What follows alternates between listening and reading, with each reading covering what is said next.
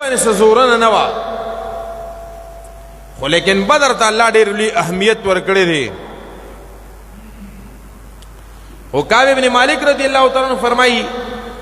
دغه جنگ کې رسول الله صلی الله علیه وسلم اعلان نو فرمایلی دغه وجه نه ماته چې کم نه د حدیبیه په مقام باندې رسول الله صلی الله علیه وسلم سره د جهاد بیعت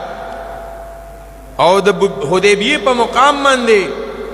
آقا نامدار صلی الله علیه و آله وسلم مبارک سره حاضرېدل دا زړه افضل ګڼم. ولیکن د جهاد اهمیت د دینه معلومیږي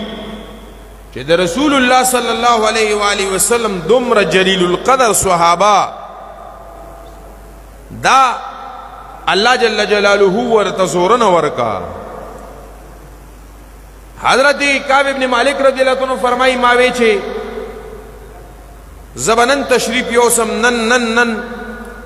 او تیارې مې لانو شروع کړې.